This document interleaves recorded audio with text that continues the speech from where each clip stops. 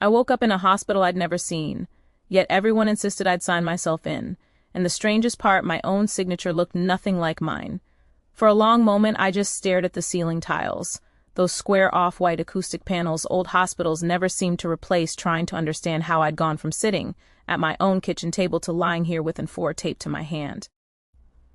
A machine beat beside me, calm and steady, as if it knew something I didn't. The room smelled faintly of antiseptic and something sweeter, like a cleaning agent they'd used too much of. My vision sharpened slowly, and when it did, I noticed the institutional green paint on the wall, the metal rail on the side of the bed, the curtain pulled halfway across the room.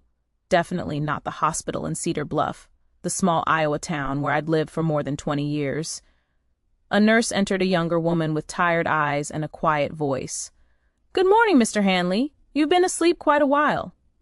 I cleared my throat. It felt dry, sandpapered. "How long is quite a while?" 2 days, she answered softly, as if the number itself might startle me. 2 days? I pushed myself slowly upright, head spinning. That doesn't make sense. I was home 2 days ago. I remember sitting with my granddaughter, Emma. She was working on her school, drawing sunflowers, her favorite. My voice trailed off. How did I get here? The nurse hesitated. "Your wife brought you in.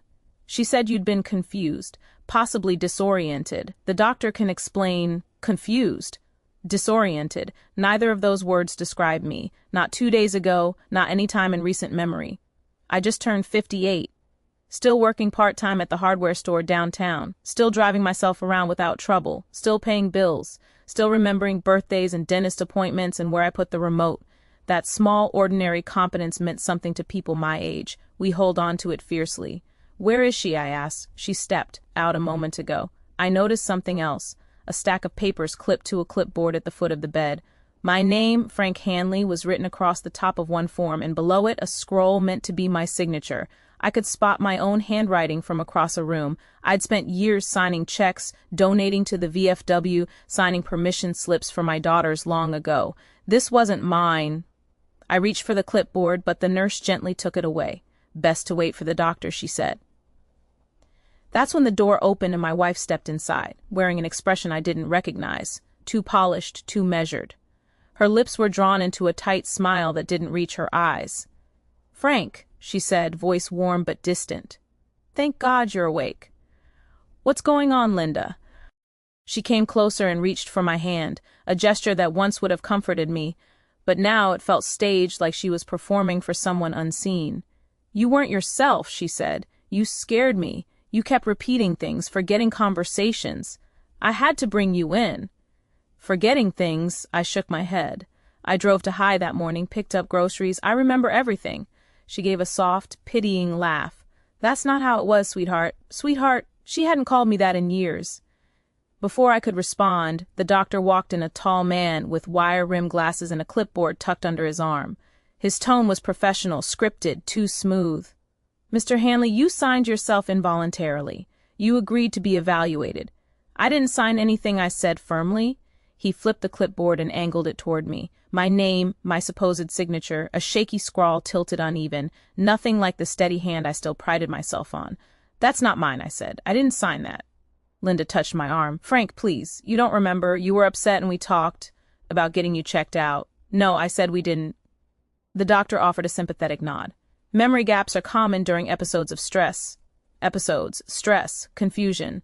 The words piled up like bricks, building a wall around, meant to trap me on the wrong side of my own story. When the nurse stepped out to adjust something in the hallway, the doctor lowered his voice just slightly. "You should rest. We can revisit the paperwork later." He left with Linda, whispering with her just outside the door. Their silhouettes blurred through the frosted glass, but their tones were hushed, purposeful. A moment later, through the small gap in the doorway, I heard a fragment of a conversation between staff members. "The sale should already be finalized. Wife said the signature went through. Good thing he was sedated," when their voices drifted away as they turned the corner. Saul's signature sedated. A cold wave rolled through my chest. Something was terribly wrong. Not just with the hospital, not just with Linda's strange behavior, but with my entire life outside these walls. And I realized, with a clarity sharp enough to hurt whatever had been done to me, wasn't over yet.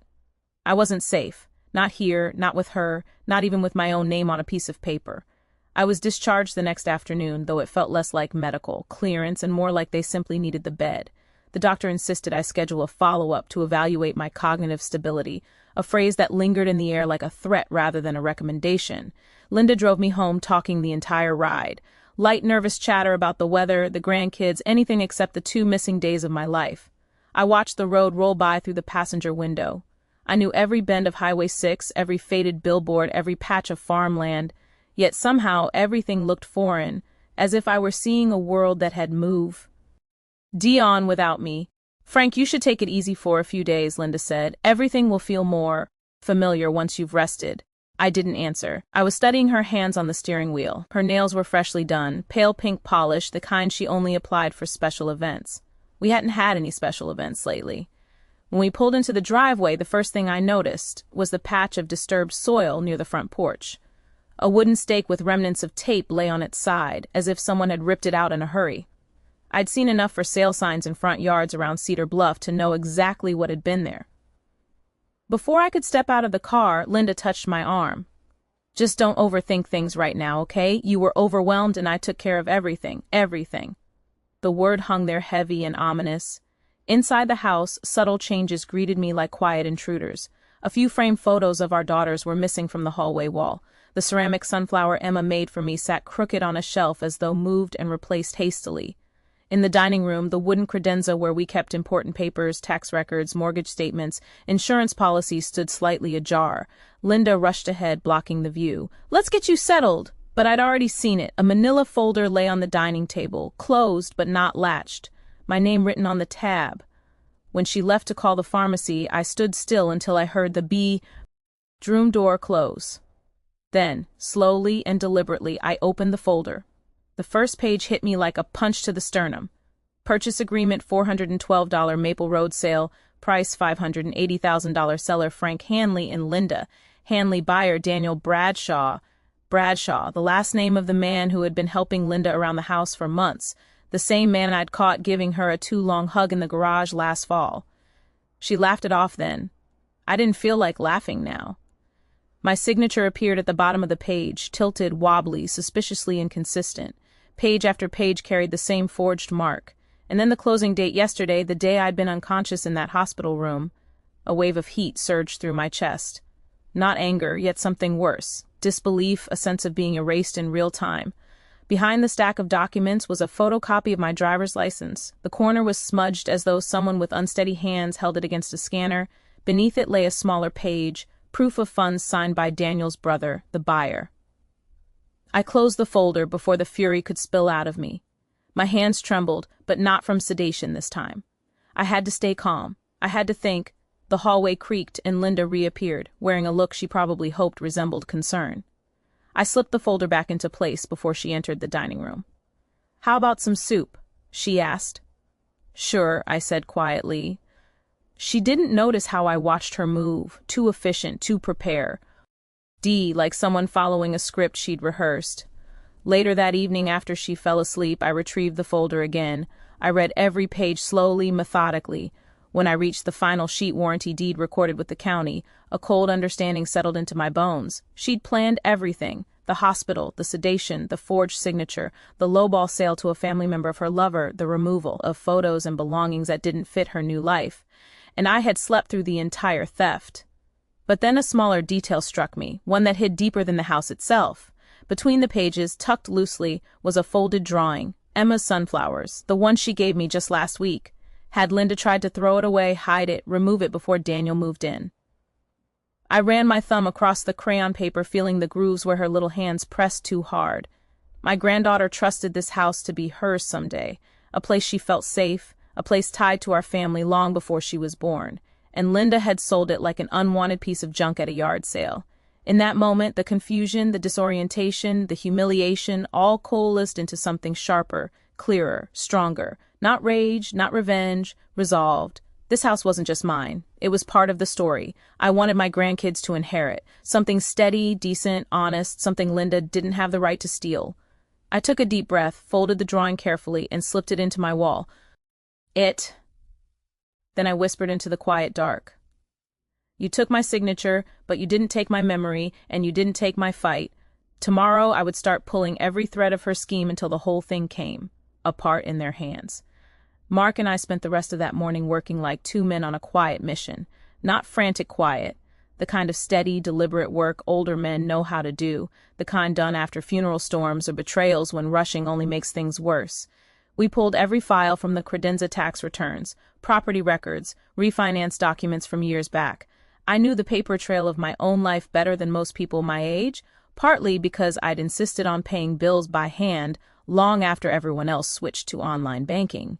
By noon, Mark was holding a stack of papers thick enough to choke a shredder. She didn't just sell the house, he said, flipping through. She prepared for it. Months of groundwork. I sat down slowly. I felt something was off, just didn't know it was this deep. Mark pointed to a document. Look here, beneficiary change request half completed. Here, joint savings transfer attempt. Here, insurance forms. He tapped one page with his finger.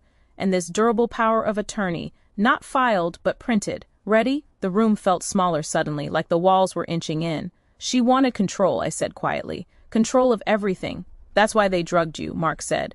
They wanted you quiet while they moved the pieces. I closed my eyes and Emma's voice echoed in my memory. Grandpa, will this always be your house? Yes, I whispered to myself. It will. When Linda returned home later that afternoon, she found Mark and me sitting calmly at the kitchen table. I half expected her to panic, but she only gave us that same practice smile, the one she de-used in the hospital, the one meant to soften my doubts. Mark, she said sweetly, I didn't realize you were visiting today. He's helping me with something, I replied. Her eyes sharpened, but only for an instant before she turned away to hang up her purse. That's nice, she said. Frank could use support right now. Mark raised an eyebrow at me. He had enough experience to recognize manipulation dressed up as concern. When she went upstairs, he leaned in. Frank, she's confident. Too confident. Confidence means she believes she covered her tracks. I nodded, which means we're close to whatever she thinks is her safety net. Exactly. So we keep playing along. That night, I pretended to be tired and confused. I let Linda speak to me in that slow, patronizing tone she must have practiced in the mirror. Frank, honey, maybe tomorrow we can talk about moving into a smaller place. Something easier on you. Sure, I said, as if the idea hadn't already been weaponized against me. She seemed relieved. She thought I was folding. The following morning, Mark drove me to meet an attorney he trusted, Elaine Porter, a woman in her late 60s who had practiced our financial law before the phrase became familiar. Elaine listened without interruption. Her office smelled faintly of old books and eucalyptus. A photograph on her desk showed her with 3 grandchildren. That detail alone made me trust her a little more. When I finished recounting everything she said, Mr. Hanley, this is not confusion, this is exploitation. Everything you've described, sedatives forged, signatures, property transfer to a relative of a romantic partner, none of that is accidental. I figured, I said. What you need, she continued, is a complete record of capacity impairment. If you were sedated when you signed the deed, the sale is voidable. Mark leaned forward. Can we get the hospital records? Elaine nodded. You're entitled to them by law, and if the sedative levels are what I suspect, we'll have all the ammunition we need. She printed a list for me, records to request statements to gather a timeline to build. This needs to look methodical, she advised. No confrontation, not yet. Let her believe she succeeded. People who think they've won become careless. Mark grinned. Told you. When we left her office, I felt something I hadn't felt in days. Hope. Not the fragile kind. The sturdy Midwestern kind built from years of getting back up after life knocks you down. On the drive home, Mark said she and Daniel are planning something. You can feel it, I know, I said. I didn't have to wait long. That evening, while Linda cooked dinner, humming off key, though her conscience were spotless, I overheard her on the phone. Yes, Saturday is perfect, she whispered. We'll have everyone here. It'll be a fresh start. No, he's calmer now. He's finally accepting it. A fresh start. Everyone here. That meant one thing, a gathering, a celebration of their scheme, a private victory lap, and they wanted me present so I could quietly accept my new role as the confused husband who had surrendered his home voluntarily. Mark was right. She was confident. After she went to bed, I texted him Saturday at the house. They're planning something. Public.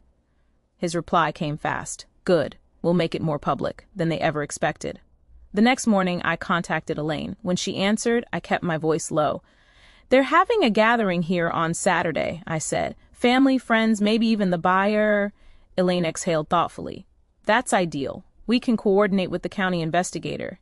If they speak freely about the sale, the sedation, anything else, those statements will be invaluable. And the house, I asked. My granddaughter loves this place. My voice tightened, surprising me. Elaine softened. Frank, this isn't just about reclaiming property. It's about protecting your legacy. The law already leans in your favor. We just need their arrogance on record. Their arrogance, Linda's smile, Daniel's quiet confidence, the buyer's signature. Saturday would give us all three. And for the first time since waking in that hospital, I felt the glow underneath me again. Solid, familiar mine. Saturday arrived with a thin, overcast sky, the kind of gray that never commits to rain, just hangs there like a reminder that something is unsettled. I woke early, brewed a pot of coffee, and sat at the kitchen table, staring at the backyard. The maple tree stood steady and bare its branches raised like open hands. I wondered how many more seasons Emma would climb it, how many summers she'd chase fireflies back here. I intended to make sure the answer was many. Linda moved around the house with unusual energy, polishing the good silverware and humming songs from a playlist she always used when guests were coming. She wore her hair curled, something she hadn't done for me in years. By noon, cars lined our driveway. I recognized a few Linda's sister, her book club friends, even Daniel's brother, the buyer. He stood by the porch steps wearing a sport coat one size too small. His handshake was firm, but his eyes stayed shifty, as if he knew the ground he stood on was borrowed. Mark arrived too, dressed quietly in a navy jacket. He blended in as if he were just another family friend dropping by. A few minutes later, Elaine appeared alongside a county investigator named James Rohr, a broad-shouldered man in his 50s with the kind of steady demeanor that made people confess to crimes they hadn't committed. Linda saw the group and smiled, though the edges of her smile flickered when she recognized Elaine. "Oh, you must be Frank's account." "Tant," she ventured. Attorney Elaine corrected gently. That single word made Linda's posture tighten, but she quickly recovered. "Well, it's good he's getting help. He needs someone to keep an eye on things." She said it loudly enough for guests to hear, as if reinforcing her story. Inside the house, the atmosphere buzzed with light chatter. Wine glasses clinking, people commenting on the hardwood floors, and the new chapter Linda had mentioned in her invitations. I stood near the kitchen counter, listening more than speaking. Then Linda tapped her glass. "Everyone," she said brightly, "thank you for being here. Today is a fresh start for me, for Frank, and for our future." Mark shot me a look. "There's your opening." I stepped forward. "A fresh start," I repeated, keeping my voice calm. "Linda, why don't you explain what kind of start you and Daniel had in mind?" The room chilled by 10 degrees. Linda blinked. "Frank, let's not do this right now." "No, please," I said, gesturing toward Daniel's brother. "Everyone here deserves to understand how our home changed hands." Daniel shifted uncomfortably. His brother swallowed. Linda tried to keep her composure. "Frank is still recovering," she told the room. "He doesn't remember everything, clearly." "Then help me remember," I said. "Tell them how I signed a deed while sedated in a hospital bed, or how you filed a voluntary admission form with a forged signature. Maybe start with the part where Daniel helped carry me into the car." Daniel's brother stepped back as if someone had pushed him. James Rohr, the investigator, approached. "Mrs. Hanley," he said politely, "may I ask how you obtained your husband's consent for the sale?" Linda's face paled. "What is this?" "Just routine clarification," Rohr said. For the record," she repeated, voice cracking. Elaine stepped in. "We have hospital logs indicating Mr. Hanley was under sedative influence at the time his signature appeared on several documents. We also have security footage from the closing office showing him clearly impaired." Gasps rippled through the room. Mark folded his arms. "This isn't a misunderstanding," he said. "It's a setup," Daniel stammered. "We were trying to help him. He was confused." "Confused?" I said, "Then why did you sell a $920,000 home for $580,000 to your own brother?" All eyes turned to Daniel's brother, who looked ready to bolt. Linda finally snapped. "You don't understand. Frank didn't need this house anymore. He's slowing down, and the responsibility. The responsibility," I interrupted, "was part of who I am. And this house wasn't just mine. It was where my grandchildren came to feel safe and loved, where family was supposed to come together, not be torn apart by greed." Emma, sitting on the living room rug with a coloring book, looked up at the word grandchildren. "Grandpa," she said softly, her voice cut deeper than anything Linda had done. Rohr turned back to Linda. "Mrs. Hanley, Daniel, and Mr. Bradshaw, you are all subjects in an acte. the investigation into forgery, fraud, and financial exploitation. You may decline to answer questions, but you cannot leave. The room dissolved into chaos. Linda started crying, insisting she'd only done what was best for the family. Daniel tried to blame everything on her. The brother claimed he didn't know anything, though the documented price difference told its own story. It took nearly an hour for the officers to guide each of them outside for formal statements. When the crowd thinned, Elaine approached me. "Frank," she said softly, "the sale will be frozen. The deed can be voided, and you have every right to reclaim full ownership." My chest loosened for the first time in days. Later, when the house grew quiet, Mark patted my shoulder. "You did it, buddy. You protected your story, and you protected those kids."